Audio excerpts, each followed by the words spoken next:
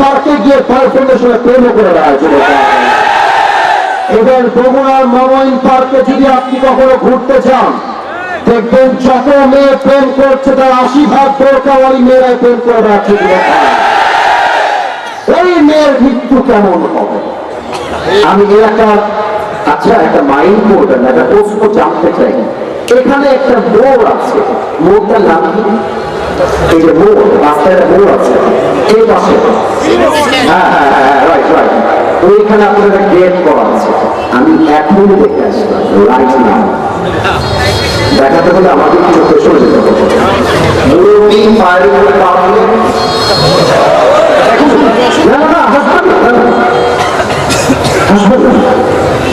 সাদা দাড়ি। আচ্ছা, আমি কি মিথ্যা বললাম না সত্য বললাম? সাদা দাড়ি বলা মুরব্বী আপনার চায়ের দোকানে পায়ের উপরে পা তুলে টিভির দিকে তাকিয়ে সিনেমা দেখতে থাকে। জুড়ে তার মৃত্যু কেমন হবে এখন বলতে চায়। বেনারসির সামনে যখন ভালো করে বসবে চোখ হবে লাল।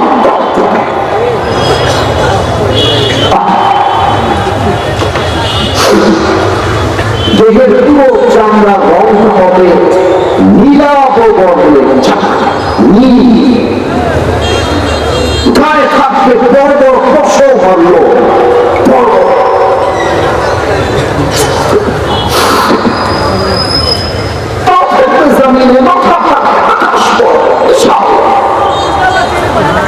গায়ের পোশাক হবে কালো কুচ্ছির পোশাক।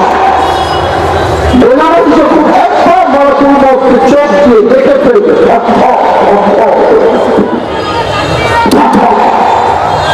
চোখটা উল্টায় যায়। বেনারসির দিকে মারাতুল মউত চিৎকার দিয়ে বলবে, ইয়া আইয়াতুহান নাফসুল খাবিথা উখরুজি ইলা গাদাবিল্লাহ। হে বেনারসি, বের হ, বের হ, যুবক বের হ। একটা ধমকে রুহুটা ছিঁড়ে একটা ডান দিকে দৌড় দিবে, একটা বাম দিকে দৌড় দিবে, আর একটা পেছনের দিকে দৌড় দিবে। এবার আমার বাম হাত দেখার সময় মারাতুল মউতার বাম হাতটাকে পেছনের দিকে নিবে। দেখা যায় না? প্রশ্ন উত্তর করতে হবে। আমার হাত দেখা যায়, পেছনে নিবে তার বাম হাত। পেছন থেকে বেনারসির রুহের দিকে একটা ধাপা বাড়বে। ও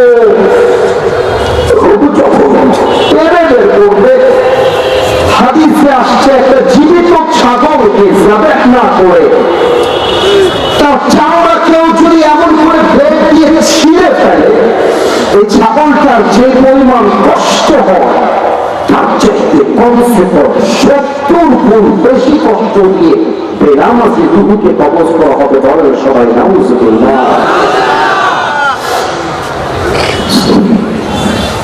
এই ওয়াজ শুনে যদি আস্তে কেউ নামাজি না হয়, এই হাদিসগুলো শুনে যদি তার ফোন থেকে পর্নোগ্রাফি ডিলিট না হয়ে যায়, এই হাদিসগুলো শুনে যদি কোনো যুবক তার গার্লফ্রেন্ডের সাথে ব্রেকআপ করতে না পারে, তার মতো কপাল পড়া কেউ হতে পারে না। আসলে মাঠে দুনিয়ার জীবনের বাস্তবতা কি আমার দিকে তাকান। এই দেখেন আমার গায়ে কত দামি একটা ওয়েস্ট কোট। এই যুবক ভাইয়ারা, আপনার জানে না রাত আজকে যতই হোক, ওয়াজ চলবে যতক্ষণ, আপনাকে থাকতে হবে ততক্ষণ। আমি এসেছি 10টার সময় আপনাদের মাহফিলের কাছে, পরিবেশ হয় নাই, নেতা কথা বলতেছেন, আদায় চলতেছে। আমি চেয়েছিলাম 10:30 থেকে নিয়ে 11টার মধ্যে মাহফিল will be completely close, because মাহফিলের চাইতে ফজরের জামাতটা 1000 গুণ বেশি আমাদের কাছে দামি। আমি 12টার পরে কোথাও ওয়াজ করি না। আপনারা আমার ব্যাকগ্রাউন্ড চেক করে নিবেন, সব জায়গায় একই নিয়ম। তবে গাইবান্ধার মাটি এইটা, এটা আমার ভালোবাসার মাটি। এখানে কোনো নিয়ম চলবে না, শুধু ভালোবাসাতে হিসাব করতে হবে। এই যে দামি জুব্বা, দামি ওয়েস্টকোট, দামি টুপি, এই টুপিটা আমি অহংকারের জন্য বলছি না, পাকিস্তান থেকে আমি আমার জন্য ফ্যাশন বানাই নিয়ে আসছি, অহংকার অহংকার। কথাটা শুনে বুঝবা কি বলছি। এই ওয়াস্টকোটটা হচ্ছে সবচেয়ে দামি ব্র্যান্ডের, জুব্বাটা সবচেয়ে দামি ব্র্যান্ডের, ঘড়িটা সবচেয়ে দামি ব্র্যান্ডের। কেন বললাম এই কথা? এত ব্র্যান্ড, এত দামি। বগুড়ার হাইওয়ে রোড হয়ে যাচ্ছি রংপুর, পেছন থেকে একটা ট্রাক এসে গাড়ি উল্টে যাবে, মাথায় আঘাত লাগবে, রক্ত বের হবে, রুহুটা বের হয়ে যাবে। দামি দামি ব্র্যান্ডের সব জামা খুলে সাদা কাপড়ে কাপড়ে প্যাকেট করে 3.5 হাত মাটির কবরে দাফন করা হবে। এটাই হচ্ছে দুনিয়ার জীবনের চাকচিক্যতার বাস্তবতা, দেখি না? রূপেরই গৌরবে সাজিয়াছ সাজ, সোনা দানা কত কি আর রাজকী পোশাক। যেদিন প্রাণ চলে যাবে সবই পড়ে রবে, প্রাণ চলে যাবে সবই পড়ে রবে। গায়ে দেবে মার কিনো ধরে মোনা আমার, কেন বন্ধ দালান ঘর। একটু গান তো আমার সাথে। একদিন মাটির ভেতরে কেন বন্ধ দালান ঘর। ঠিক না?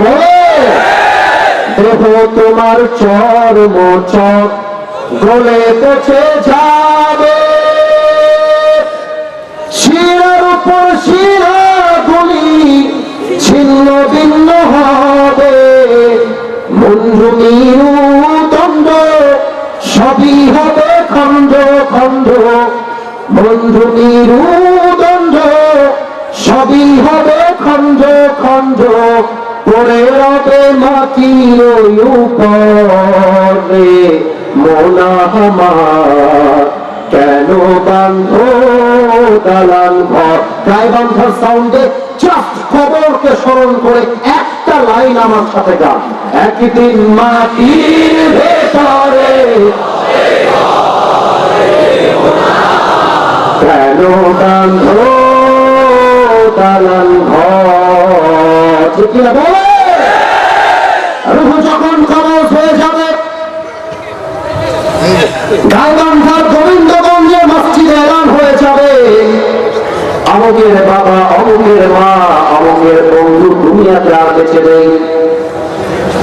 যে মেয়েটা বলতো তোমাকে ছাড়া আর আসতে পারবো না, তোমাকে ছাড়া কাউকে আমি বিয়ে করতে পারবো না, তুমি হচ্ছ আমার জীবনের একমাত্র প্রথম পুরুষ। তোমার মৃত্যুর 3 মাস পরে ওই মেয়েটাও আরেকজন যুবককে বিয়ে করে ফেলবে।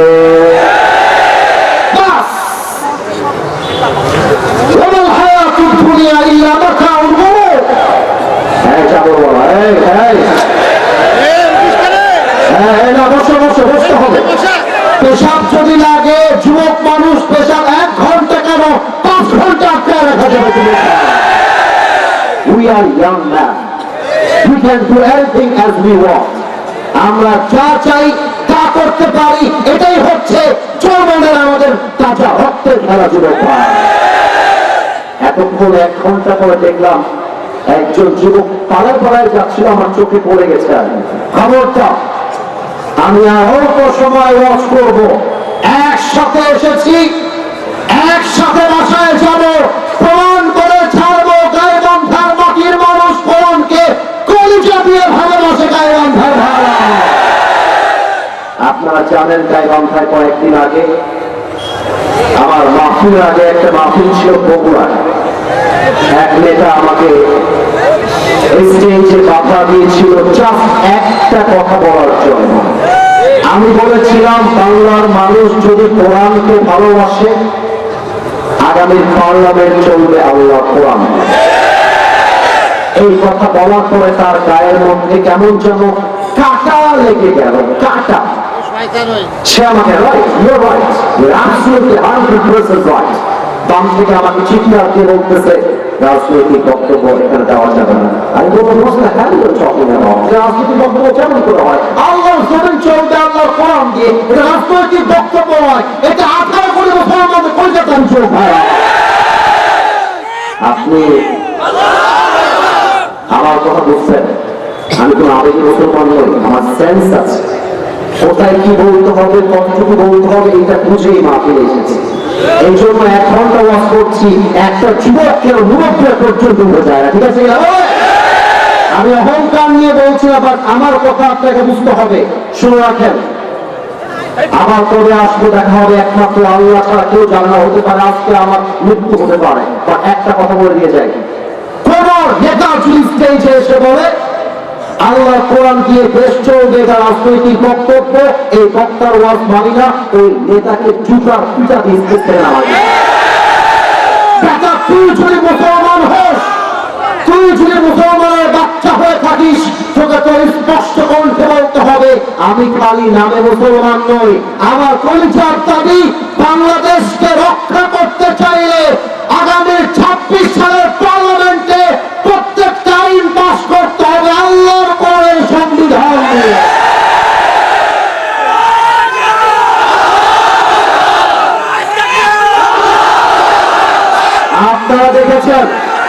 আপনারা দেখেছেন গতকালকে ওসমান হাদিকে রাস্তার ভেতরে কেমন করে গুলি করা হয়েছে।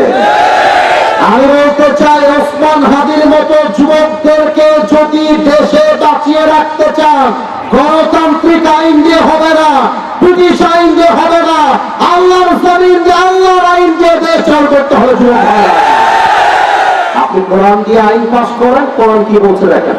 দেখেন, কোরআন বলতেছে যে তোমার চোখ তুলবে তার চোখ তুলে ফেলো, যে তোমার হাত কাটবে তুমি তার হাত কেটে ফেলো, যে তোমার পা কাটবে তুমি তার পা কেটে ফেলো, যে তোমার জান নেবে তুমি তার জান নিয়ে ফেলবা। হাদিকে যে হত্যা করেছে ওকে 24 ঘন্টার মধ্যে গ্রেফতার করেন, বাইতুল মুকাররমের সামনে ওপেন ফ্লোরে লক্ষ লক্ষ দুনিয়ার সামনে ও যেমন হাদির মাথায় গুলি করেছে, ওকেও মাথায় গুলি করেন। দেখবেন ওই রকম কোটি টাকা বাংলার মাটিতে আর জন্মগ্রহণ করবে না। অতএব কথা স্ট্রেট ফরওয়ার্ড। একটা প্রশ্ন করবো এখন, রুহ যখন বের হয়ে যাবে, এটা আমার ওয়াচের last part of my speech. I'm going to finish my speech by sharing this point with all the people of Gobindaganj. এটা আমার শেষ কথা। প্রশ্ন করবো, আঁকে যাবেন না, আঁকের বাচ্চা উত্তর দেবেন যা আপনি জানেন। আপনার লাশ যখন খবর দাপন করা হবে, উত্তর কিন্তু নতুন বা ভুল আসতে পারে। আমি ওয়ার্নিং সাবধান করছি, বুঝে উঠতে না। বলেন তো কবরে মাইয়াতকে মোট প্রশ্ন কয়টা করা হবে? 4টা একজন বলেছিল, একজন 4টা বলেছে। এটা শুনছি, হ্যাঁ রাইট আনসার ইজ রাইট। আমি কাউকে অসম্মান করার জন্য বলি নাই। খবরের মোট প্রশ্ন 3টা, মোট প্রশ্ন কিন্তু 4টা। আমি প্রশ্ন করছি, উত্তর দিলে না দেখা যায় গায়ের চোখ আছে কিনা। আমাদের পক্ষে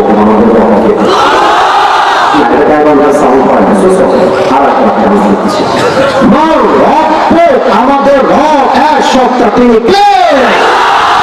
আল্লাহ আমার রব, আল্লাহ আমার রব। দমে দমে তনু মনে তারি অনুভব, ঠিক না বলে? তোমার দুনিয়াতে আমি যেদিকে তাকাই, অথই আমাতে ডুবে আছি সবাই। পাখ পাখারি কণ্ঠে শুনি তাসবিহ করো রব, তাসবিহ করো রব। বলেন আল্লাহ আমার রব। দমে দমে তনু মনে তারি অনুভব। মাইকটা একটু হঠাৎ, এইটা আমার মুখে কি